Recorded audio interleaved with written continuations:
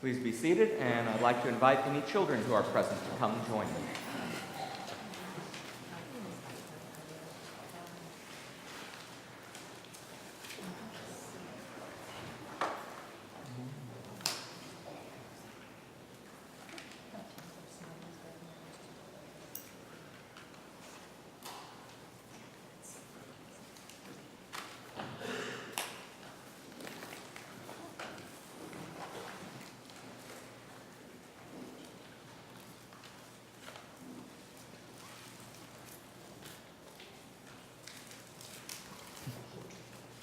So, sometimes we make choices that end up with consequences we don't like.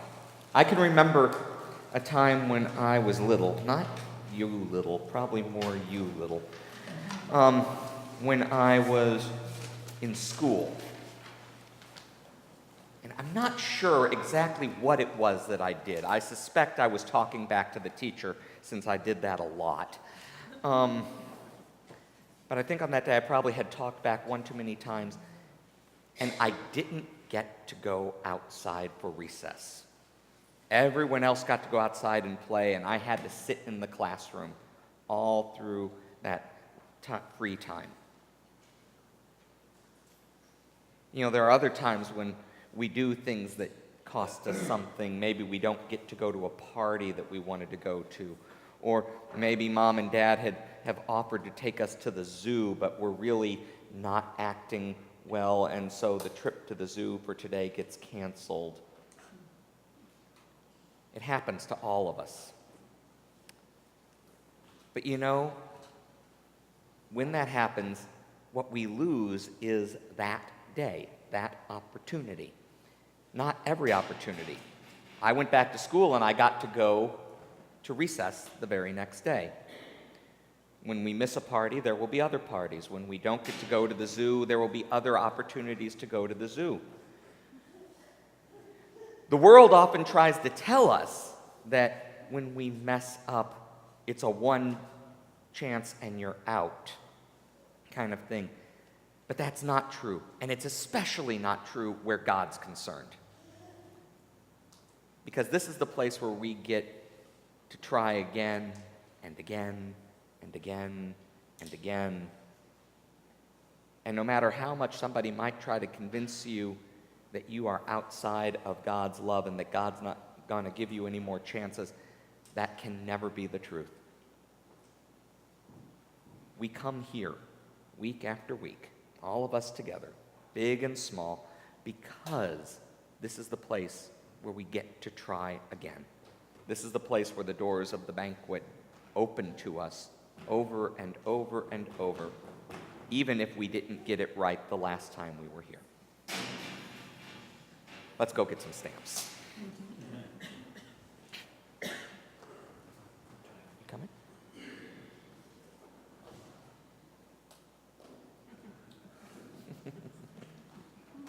Okay, wait right there.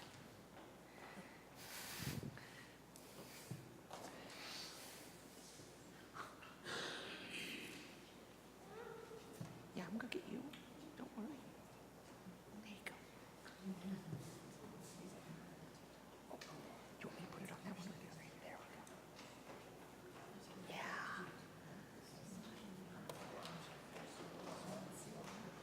All right. There you go.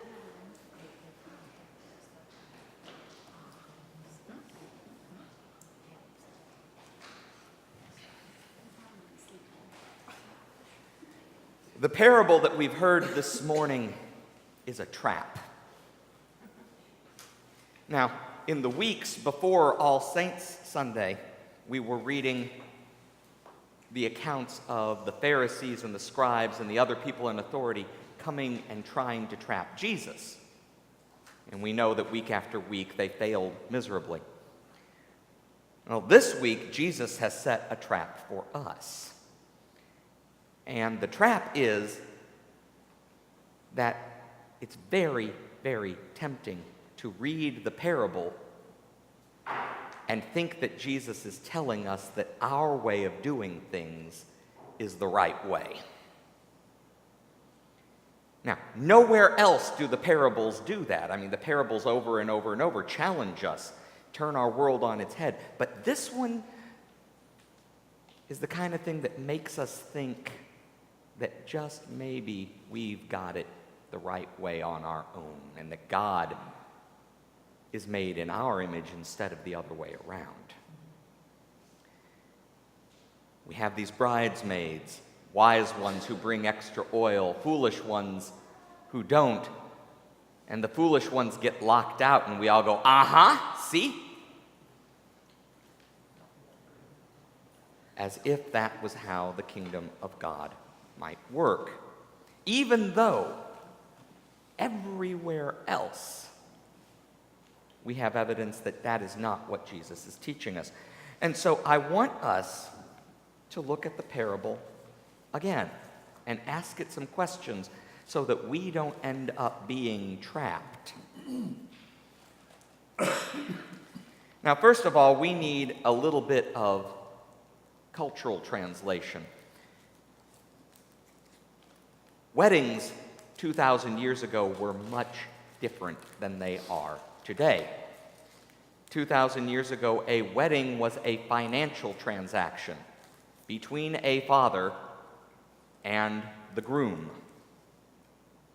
The bride was property being transferred from one man to another. Now, generally speaking, in that transaction, the deal was already struck before the day of the wedding. I will give you 2 camels in exchange for your daughter, something like that. But part of the tradition says that on the day of the wedding, negotiations invariably have to be reopened. That the groom shows up to pick up his new wife, and the father says, I know we agreed on 2 camels. I've decided now I want 2 camels and a goat.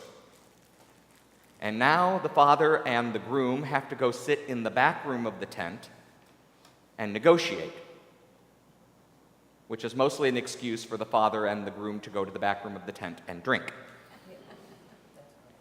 And if they like each other a lot, the negotiations might go on for a considerable period of time. Because there is no wedding ceremony. The groom hands over the 2 camels, or whatever they've agreed on, and the father says, here's my daughter, and then they go to the party. That's it. There are no vows, there's nothing, no prayers, that's it. It's just a transaction. So having the wedding party show up for the banquet well past midnight is not actually an unusual or unheard of thing. It means that the father-in-law and the son-in-law like each other a lot, and they've been hanging out and having a good time.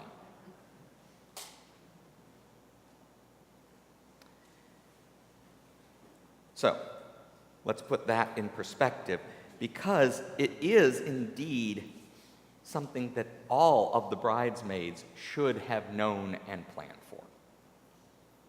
This is not an unexpected delay. It's exactly what everybody knows is coming.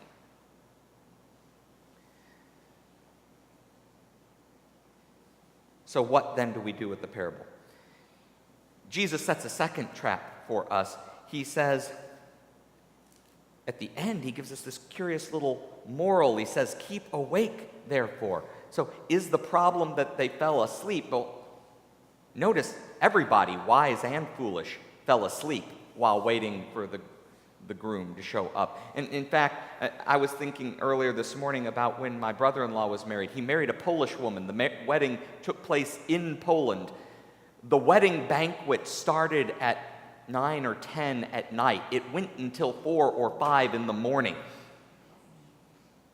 Everybody went and took a nap between the wedding and the wedding banquet, because there's no way you survive without doing that. The fact that the bridesmaids fell asleep while they were waiting, that's just common sense. The longer we're waiting for him, it means the longer we're going to be in the party tonight. Everybody, let's catch a few Z's.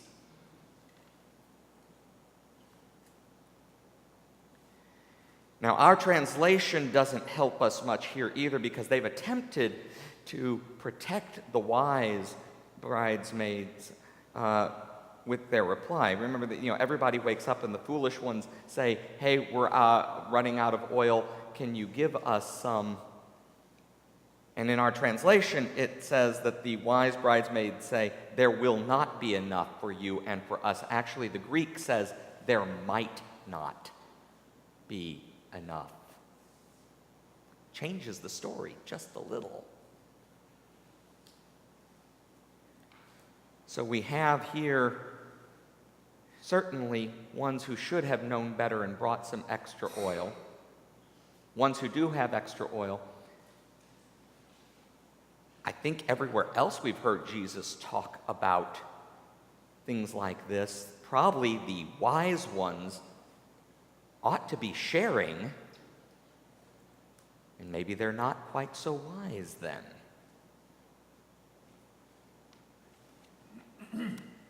I wonder what makes the foolish ones foolish. Is it that they showed up without extra oil? Or is it the fact that when they knew that the bridegroom was almost here, that then they decided maybe they should go and get it instead of trusting that he would show up and in good humor accept them with their lamps out? Okay, guys, I know I was supposed to be here 2 hours ago, but it came down to that last chicken, and I get it, and let's all go inside. That would certainly seem to fit with the kingdom of God as we've heard about it from Jesus over and over and over again. That the foolishness of the foolish bridesmaids is not that they lacked oil, but that they didn't trust that the bridegroom would accept them as they were.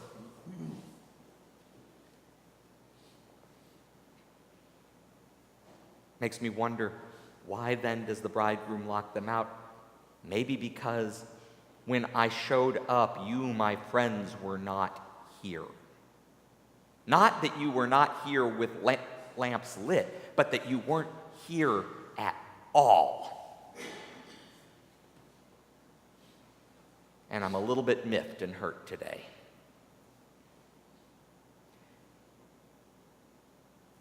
As I told the kids, there's always another party, and this parable doesn't preclude another party.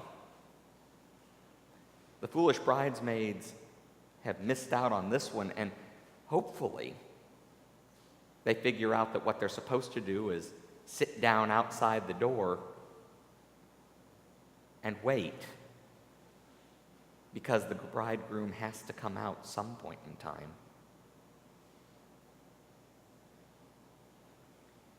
And maybe to be able to say, we're really sorry, at that point, reopens relationship. We like to turn the kingdom of God into an economic transaction. I do this and buy my way in.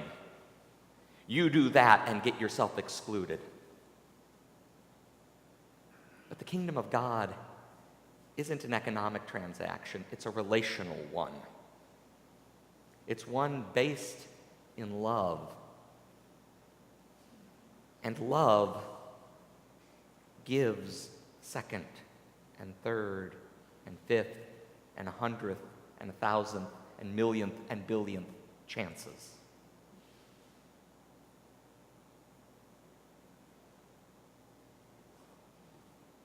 Foolishness, I think, in this parable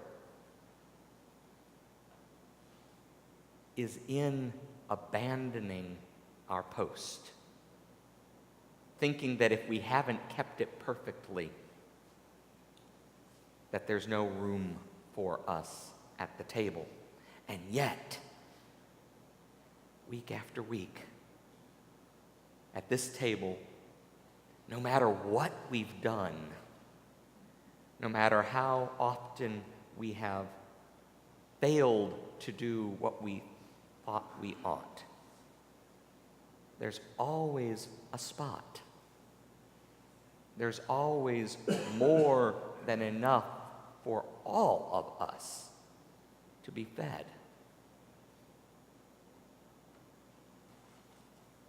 The kingdom of God has room for us whether we are wise or foolish.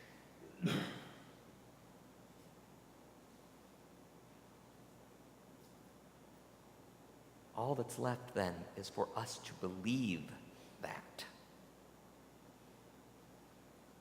and to start to live like it, making room for others and even for ourselves